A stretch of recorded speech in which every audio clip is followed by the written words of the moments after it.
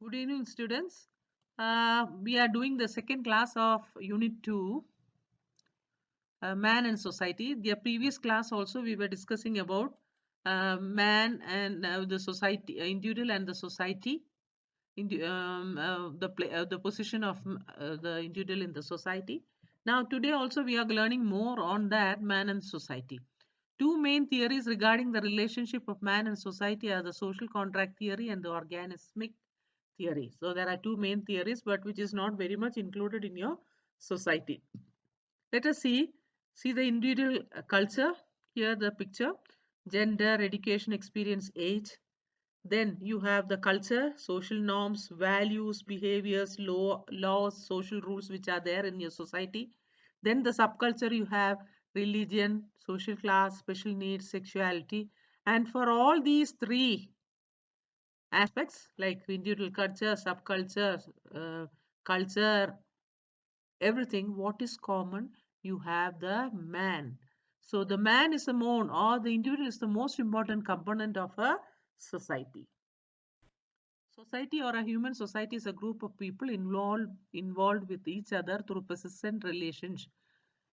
So we are human society. We are a group of people involved each other through persistent relationship. There is some relationship between us, or a large social grouping sharing the same geographical or same social territory, subject to the same political authority, dominant cultural expectation, etc. So human society, we will have a group of people involved each other through persistent. There is some relationship, or a large group sharing the same geographical or social territory, say whole of Sikkim, subject to the same political authority, dominant culture expectation, etc. So if you talk about the state in general, we can say that the same geographical society, or the Northeast, if you say, you can say the same the geographical territory or the social territory, more or less the social culture are also same in these areas, or even the state. Human societies are characterized by the patterns of relationship, that is, the social relationship between individuals who share a distinctive culture and institution. So here, human societies are characterized by pattern of relationship. There are few relationship between individuals, like mother and daughter, daughter, granddaughter, and grandmother. So all these, there are distinct culture and institutions in the society. A given society may be described as a sum total of such relationship among its constituent members. So when you talk about the society, you can describe it as the sum total of all these relationship, whatever relationship that you have among the individuals, among the constituent members, that is the among the individuals. In the social sciences, a large society often evinces stratification or dominance patterns in subgroups. In social science, a larger society, say Indian society, if you talk about, there are so many stratifications or dominant patterns in subgroups. Yes.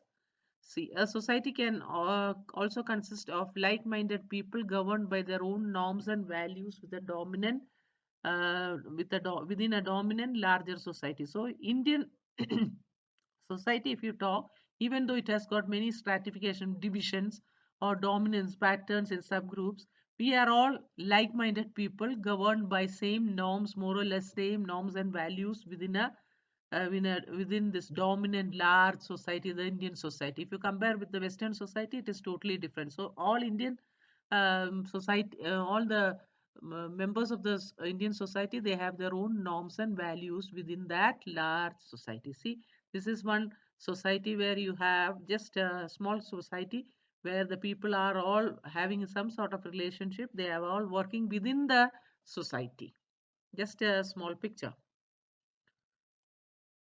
Now, the big society, when you talk, it is maybe you can call the whole world or the whole of India or the South Asian society. Oh, see, this is also another picture of the big society. The relationship between individual and society is ultimately one of the profound of all the problems of the social philosophy. So the relationship between individual and society is ultimately one of the main important problems of the social philosophy. It is more philosophical rather than sociological. So when you talk about it, it is more philosophical rather than sociological, because it involves the questions of values. So it involves the questions of values. Man depends on, when you talk about the relationship between individual and society, it is always the problems of social philosophy more than sociological. It is philosophical because it involves questions of values. When you talk about a big society, say Asian society, so the values and norms are slightly different. There are questions, so it is basically philosophical. Man depends on society. It is in the society that an individual is surrounded and encompassed by culture, a societal force. It is in the society that an individual is surrounded and encompassed by a culture, a societal force. It is in the society again he has to conform he has to follow the norms and occupy statuses and become a member of the groups. It is so though the society and individual is surrounded by different types of culture, societal force, you are forced to be a part of the society by maybe the culture. So see the dress code, you are allowed to wear a certain type of dress only in the particular society. But when you leave that society and go to a Western society, you will have a different culture.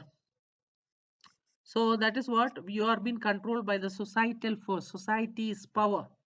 It is in the society again that he has to conform to norms. He has to follow the norms, occupy status, and become members of the group. So you follow the norms and status, norms and values, and then you occupy a status and become the member of the next one. The individual should be subordinated to society. You are obliged to the society, so you have to subordinate it to the society. Whatever societal force is there, you have to follow that societal rules.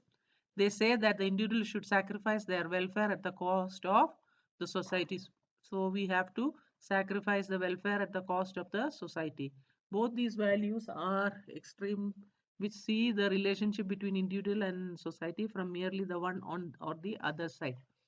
But surely all is not harmonious between individual and society. So these views are extreme, which see the relationship between individual and the society from merely to the one to or the other side. So they are the relation views are extreme, which see the relationship between individual and the society. But surely it is not harmonious between individual and society. You have problems. The individual and society interact on one another and depend on one another. Social integration is never complete and harmonious. So you have to individual and the social interact on one another, depend on one another. You are dependent on the society's interaction, society's norms and values. So thereby you will interact accordingly. So social integration is never complete and harmonious. It is not complete. So it is all the time ongoing, continuous. It emphasizes that individuals can change cultural norms and society according to their behavior. So you can, as an individual can change the cultural norms and society according to their behaviors, what is persistent in the society. When an individual tries and modifies their bodies away from the knowledge of society, it makes no difference. So if he tries to change or modify the bodies away from the knowledge of the society, it does not have any sense, makes no difference. However, when an individual tries to modify the society by habits and behavior, it creates a impact. If he tries to change the mod and if the individual tries to modify the society by habits and behavior, it creates a social impact on the society.